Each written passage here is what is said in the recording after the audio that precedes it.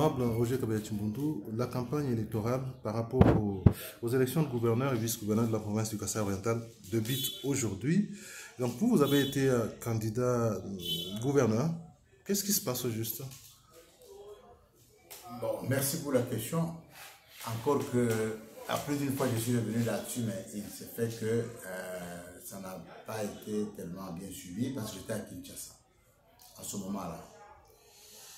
D'aucuns pensent que j'ai désisté de bonne foi ou volontairement ou quoi. Je commence d'abord par présenter mes très sincères remerciements à tous les députés provinciaux qui avaient bien voulu porter leur choix sur moi comme candidat gouverneur de notre province.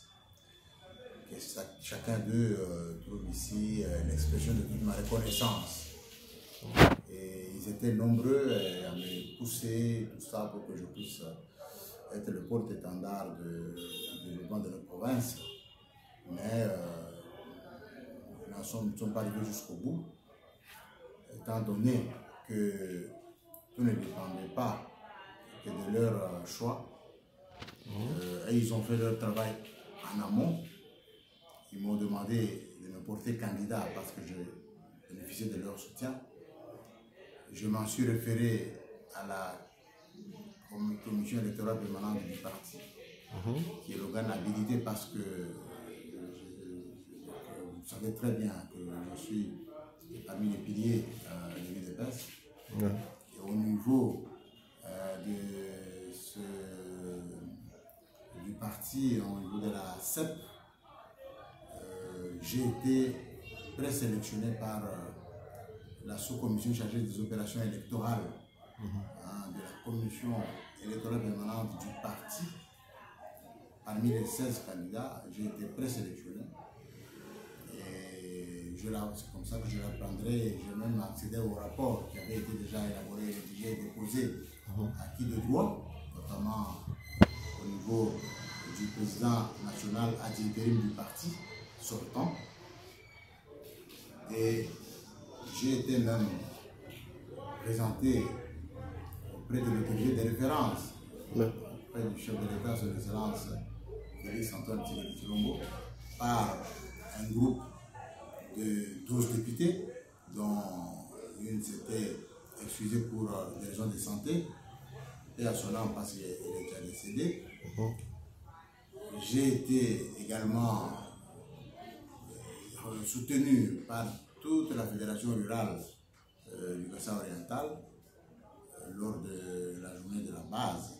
Il vous souviendra que tous, à l'unanimité, ont soutenu le candidat Roger Kabila Chimbundu. Bref, j'avais fait tout ce qui pouvait être fait pour que les choses se passent correctement. Mais il s'est fait que comme le rapport qui avait retenu ma candidature au niveau de la sous-commission chargée des opérations électorales avait été bloqué, l'autorité de référence avait demandé à ce que les candidats puissent se retrouver pour désigner un seul candidat. Et vous avez participé à cette réunion-là? Cette réunion a avorté à 2 reprises. C'est même au cours de l'une de ces réunions que j'apprendrai de la bouche des membres de la CEP qui faisaient partie de la sous-commission des opérations électorales chargée de l'espace Grand Kasaï et Grand Katanga, qui m'avouera, parce qu'une question lui avait été posée. On dit, mais pour toutes les provinces, la CEP a proposé un candidat. Pourquoi pour le Kasaï oriental, il n'est pas arrivé à présenter un seul candidat? Nous nous trouvons devant une panoplie de 12 candidatures. Monsieur Etochi, qui est membre de la CEP, principalement de la sous-commission chargée des opérations électorales pour l'espace Grand Kasaï Grand Katanga, qui avait été constitué pour présélectionner les candidatures, a dit ceci: j'ai ma conscience chargée, il faut que je dise la vérité. Pour le Kasaï oriental, le candidat qui avait été retenu, c'est Roger Kabeye-Tchoumbundu. Et il le disait devant d'autres candidats. Il a même pris à témoin le candidat Kabeyama Tchabiti, qui est aussi membre de la CEP. Il lui a dit, je vous avais dit que de vous deux, Kabeya, il y a Kabeye Tchoumbundu, qui a été retenu, dont le dossier avait été apprécié, présélectionné par la sous-commission d'opération électorale qui a déposé ça sur la table du président national ad interim. Et même, malheureusement, après, il y a eu cette nouvelle donne qui a envoyé le dossier au niveau des candidats. Et donc, quand les candidats se sont retrouvés au Safari Beach pour la troisième fois, parce qu'après que deux réunions aient avorté, notamment à Ncélé et à Sepas à la Gombe, c'est au niveau de Safari Beach que la dernière réunion a eu lieu entre les candidats. Donc il faut qu'on le dise bien. Ce n'était pas la réunion de la CEP, mais c'était plutôt la réunion des candidats, qui étaient sous la supervision de la CEP. Donc la CEP a juste réuni les candidats pour qu'eux désignent un autre candidat. Malheureusement, il faut que l'opinion retienne ça. Je n'ai jamais pris part aux primaires ou au vote. Donc, tout avait été monté pour en fait, vous empêcher de pouvoir participer. J'apprendrai par la suite que beaucoup de candidats complotaient contre Roger Kabeya parce qu'il avait déjà lui-même sa voix. Il avait la voix de son ticket, parce que vous n'oubliez pas que ce qui faisait notre force, c'est que moi-même j'étais candidat à gouverneur. Le ticket c'était honorable François-Xavier Kabala, député. Nous avions nos deux voix et il y avait les voix de tous les autres députés, une dizaine, qui nous soutenaient, plus d'autres amis, collègues qui nous promettaient ce soutien, même s'ils n'avaient pas été avec nous à Kinshasa. Donc nous étions les plus forts et donc nous devenions la cible de tous les autres qui, pour eux, au moins parmi eux, ils pouvaient avoir 0 voix, mais pas nous. Voilà comment on a fait tout un montage pour débarquer et j'apprendrai dans la salle de vote, dans la salle de primaire, de la part d'un professeur. Et je peux aussi citer le nom, c'était le professeur Chirumbaye. Il nous dira que non, vous ne pouvez pas prendre part au vote. Je lui demande pour quel motif. Il me dit que non, parce que les députés coptés ne peuvent pas devenir gouverneurs. Je lui ai dit, mais au nom de quelle loi? Au nom de quel principe? Il me dit, non, il y a une jurisprudence. Je demande, quelle est cette jurisprudence? Oh, la jurisprudence de Maniema. Je dis, mais non, moi je suis très informé sur cette jurisprudence. Alors, si vous l'avez ici, nous pouvons décortiquer ensemble. Il ne l'avait pas. Alors, je lui brandis, je lui dis que non, cette jurisprudence n'exige qu'une lettre de demande de mise en disponibilité ou de démission. Point. Barre pour les députés coptés. Il refuse même de jeter un coup d'œil sur les documents des demandes de mise en disponibilité et tout ça. Alors maintenant que la situation est telle qu'elle est, donc vous n'êtes plus un candidat gouverneur, comment entrevoyez-vous la suite des événements? Je voudrais d'abord que je termine ce que je dis là parce que c'est important. Il faut que l'opinion retienne ça parce que tout le temps on me demande toujours, mais vous, comment vous êtes désisté, moi j'ai dit, il faut comprendre. Donc je ne pouvais pas faire autrement, moi, dans mon éducation, je ne pouvais pas rester par force ou par défi. Ils l'ont dit, je leur ai dit, pas de problème, c'est juste de pouvoir le faire, c'est illégal, mais je me retire parce que vous voulez imposer ces droits de la force au lieu de respecter la force de la loi. Alors, lorsque je n'ai pas pris part à cela, mais j'ai levé quand même dit quelque chose, hein, et tout, et je ne vais pas reprendre ça ici, parce que j'étais un peu monté, mais à la sortie, j'apprendrai que, bon, on a également débarqué aussi quelques membres et tout, et d'autres qui s'étaient retirés, surtout sur les candidats qui s'étaient présentés comme indépendants. Donc, mais moi, c'était sans raison qu'ils m'ont débarqué, et je suis parti tout bonnement. C'est là que j'apprendrai tard dans la soirée que ceux qui sont restés, la partie qui est restée là-bas, avaient voté le candidat Kabeya Machabiti. Donc j'apprendrai ça et il n'y a pas de problème. Il en a été ainsi décidé. Mais par la suite, lorsque, comme j'étais déjà au courant qu'il y avait le rapport qui m'avait présélectionné comme le meilleur des candidats parmi les 16, j'ai dû introduire mon recours parce que je ne voulais pas aller en indépendant contre mon parti. Ce n'était pas normal. Donc je sais que j'avais trop de pression. J'ai dit non, je ne le fais pas pour des raisons évidentes. Je ne peux pas scier l'arbre sur lequel je suis assis. Donc j'ai préféré carrément m'incliner.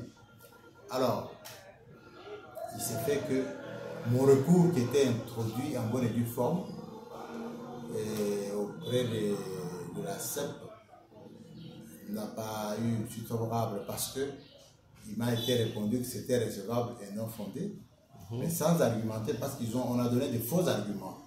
On a donné un article 10 de la loi électorale, l'article 10 alinéa 6, qui parlait plutôt des mandataires actifs des services publics de l'État ou des entreprises du portefeuille, qui ne me concernaient nullement, ni en tant que député copté, ni en tant que chef coutumier. On a avancé encore l'article 25 de la loi organique sur la décentralisation, qui parlait plutôt des maires de ville. Donc c'était vraiment flagrant. Et j'ai dû répliquer. Et ma réplique n'a jamais eu suite parce que c'était bas, c'était pas honorant. Donc, je ne peux pas raconter d'autres histoires qui étaient suivies parce qu'à un moment donné, j'ai eu même l'échange avec le professeur Tchoubaï quand j'étais en Gandayala, qui voulait me faire croire qu'un chef coutumier ne peut pas participer aux élections. Il a dit ouvertement, moi j'ai dit non. Monsieur le professeur, vous pouvez le contraire. Alors je suis allé prendre la constitution que lui n'avait pas. Et je lui ai fait lire l'article 227 qui dit tout chef coutumier désiré d'exercer un mandat public électif doit se soumettre aux élections. Alors il ne pouvait plus rien expliquer. Il a voulu interpréter sa manière. Il dit non, on n'interprète pas une disposition qui est claire. Donc, bref, voilà dans quelles conditions je n'ai pas pu continuer ma course, tout simplement parce que j'ai été empêché de participer au vote des primaires. Donc voilà là où nous en sommes. Maintenant, vous pouvez... Maintenant que la situation est telle que vous ne participez plus aux élections comme candidat gouverneur, et donc vous participez aux élections comme électeur, d'abord, comment entrevoyez-vous la suite des événements?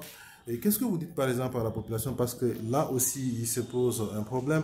Il y a des gens qui sont là, qui sont des candidats, mais qui ont du mal même à battre cette campagne, qui ont même peur parce qu'on dit non, si c'est pas tel, donc l'autre ne peut pas. Bon, je crois que nous sommes l'Union pour la démocratie et le progrès social. Nous sommes la fille aînée de l'opposition à l'époque, mais aujourd'hui nous sommes un parti au pouvoir. Je crois que beaucoup de regards sont tournés vers nous, les 26 provinces aussi.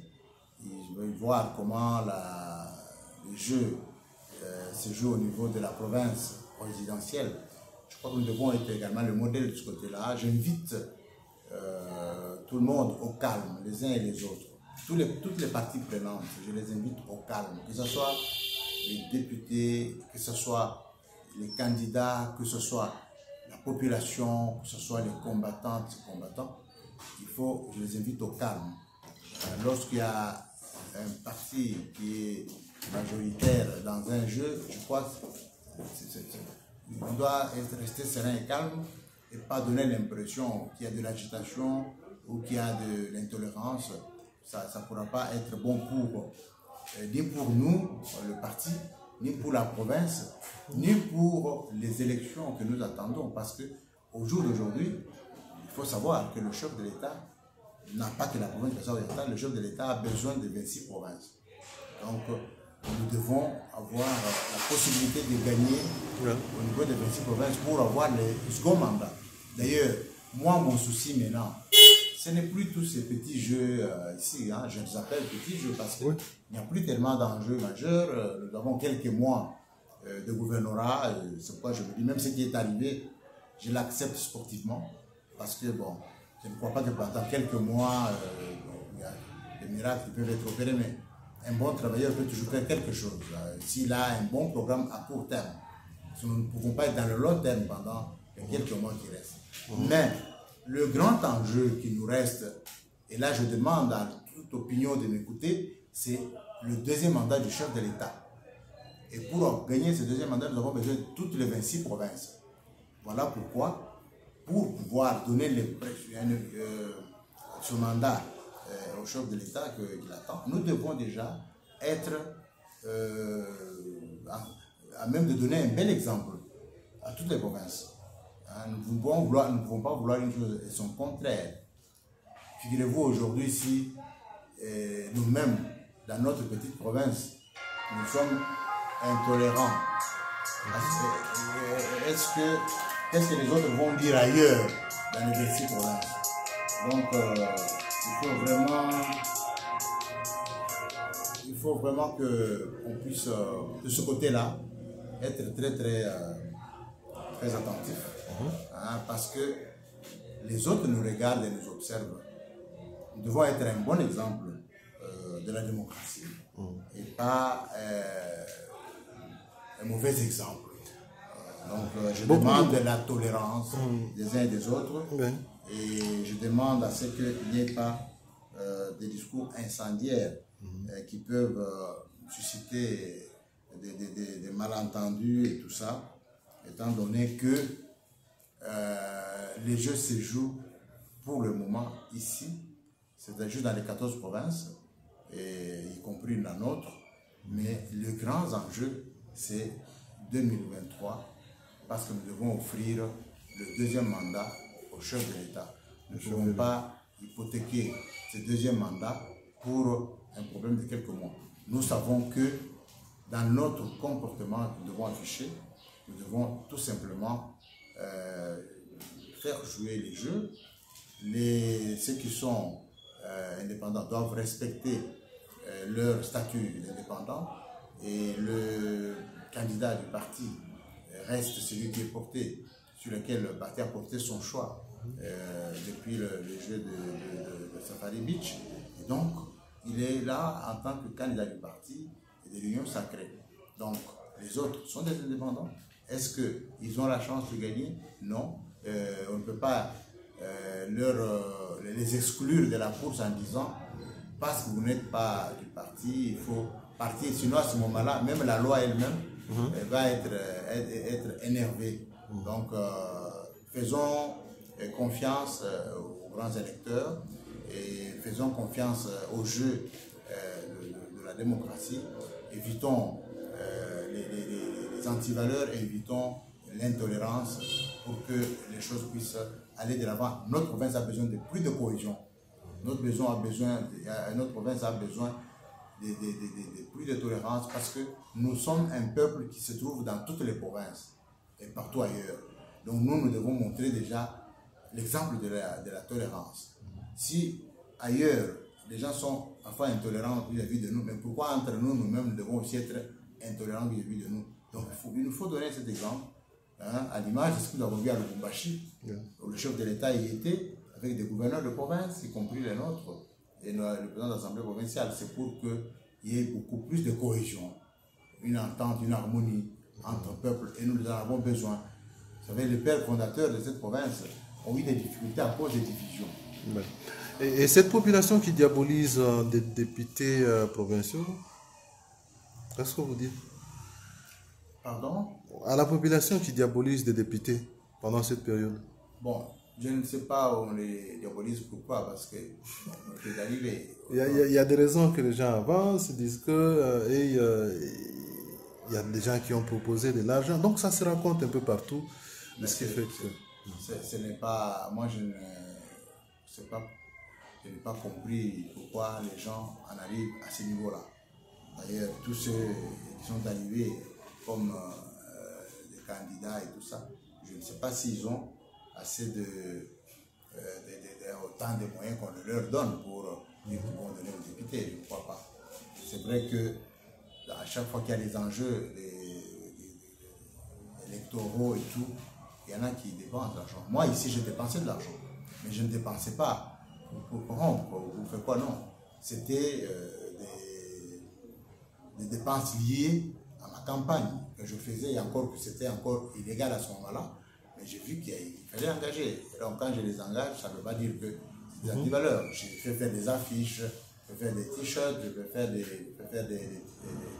képis, je fais des déplacements à travers la province, aller à gauche, à droite et tout. Je ne m'en plains pas. Je sais que ça devait arriver. Ce sont les conséquences liées à ce que je faisais à ce moment-là comme activité sur le plan politique. Mais aujourd'hui, les gens racontent, ces députés, il faut parfois avoir... Moi, j'ai pitié des députés, surtout des députés provinciaux. Parce qu'au jour où nous parlons ici, il faut se demander même si les élections auront lieu. Parce que le collectif des députés provinciaux a lancé un mot en disant « Nous attendons que le gouvernement national puisse s'acquitter de son devoir de pouvoir libérer nos émoluments, des arriérés pour la magazine de plusieurs mois. » Mais pourquoi la population n'en parle pas? Pourquoi la population ne peut pas dire nos députés restent impayés et tout ça pendant plusieurs mois? Donc il faudrait quand même qu'on... Peut-être parce que cette population n'a pas l'information. Non, l'information, vous l'avez. Surtout vous les journalistes, vous avez cette information, mais vous ne donnez pas. Mais vous donnez une information qui concerne des soupçons, des rumeurs. Là, c'est bon. Mais ce qui est concret, ce qui est vrai, vous ne les dites pas. Ces gens-là sont impayés. Ils sont 780 dans les 26 provinces. Et ça fait plusieurs mois qu'ils sont impayés. On leur demande d'aller élire. Ils ont dit, ok, nous ne sommes pas contre, on va élire, mais arrangez-vous pour nous payer quand même nos arriérés et tout ça. C'était promis, mais jusqu'à là, ce n'est pas fait. Alors, le bureau du collectif des députés provinciaux a lancé, a communiqué pour dire, d'ici là, nous espérons qu'ils auront payé comme ça, nous vont participer à ces élections. Donc, au cas contraire, ils ne participent pas. Il n'a pas encore dit le mot. Nous attendons qu'il nous dise si c'est payé. Parce que maintenant, là, les négociations, c'est au niveau de Kinshasa. Donc, ce n'est plus en province. Moi, je suis membre du bureau, mais je ne suis pas là-bas. Donc, j'attends et on nous met au courant sur ce qu'on pourra faire. Voilà. Il ne nous reste plus qu'à vous dire merci, honorable. Je vous en prie. Merci.